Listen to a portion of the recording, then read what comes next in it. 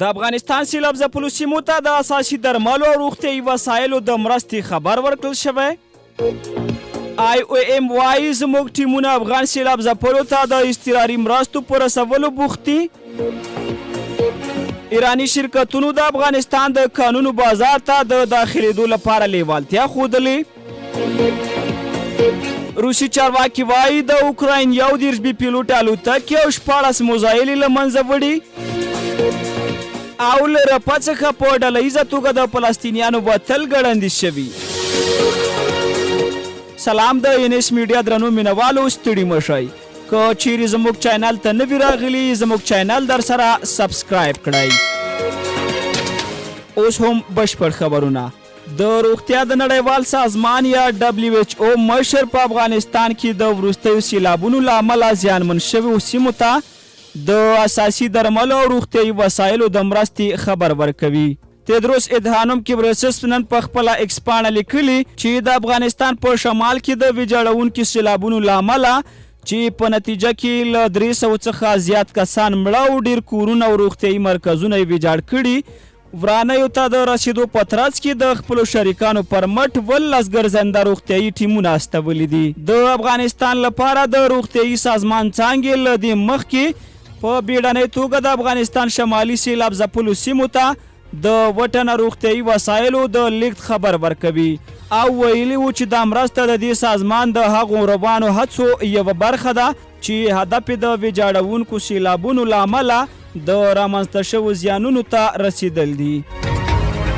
د کډوالو نړیوال سازمان یا IOM وایي د دوی ټیمونه په افغانستان کې سیلاب ځپلو ته د اضطراري مرستو رسولو لپاره په نه ستړي کیدونکو هڅو بوخت دي. د دې ادارې د افغانستان څانګې تېره شپه په خپله ایکس پاڼه لیکلي چې د دوی د مرستو یوه بسته کې اضطراري پناه ځایونه، غیر خوراکي اساسي توکي او وسایل، کالي او د ویجاړ شوو جونګړو د جوړولو لپاره سامانات شامل دي. د جمعې ناوخته د بغلان په څو ولسوالیو کې سختو سیلابونو تر 300 زیات کسان مړه کړي او تر 1400 زیات نور ژوبل کړي، خو ګمان کیږي چې واقعي شمیرې ښایي زیاتې وي.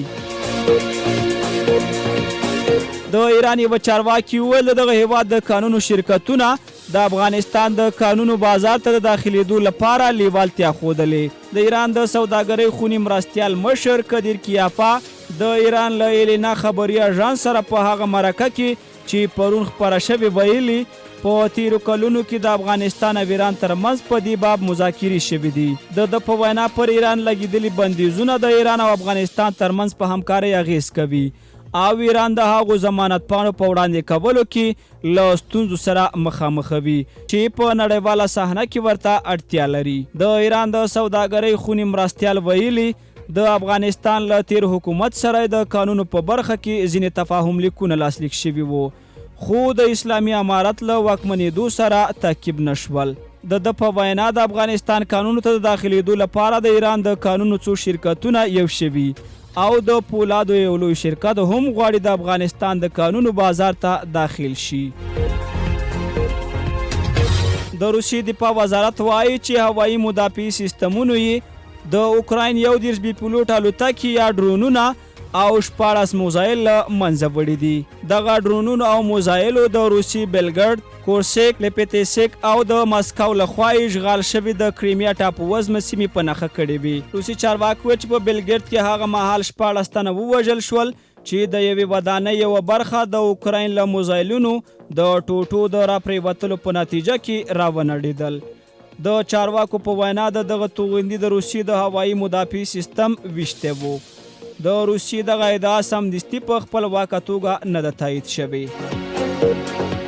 او وروسته دا په داسې حال کې چې اسرائیلي ځواکونه د غزې په جنوب رفح ښار کې وړاندې تګ ته دوام ورکوي، له دې سیمې چې وروستی پناه ځای بلل کیږي په ډله ییزه توګه د فلسطینیانو وتل ګړندي شوي دي. اسرائیل همدارنګه د غزې پر شمالي برخې چې مخکې په جګړه کې خپل شوي بیرته بریدونه کړي دي. اسرائیل پوځ ویلي چې دا سیمه یې څو میاشتې مخکې تصفیه شوې وه.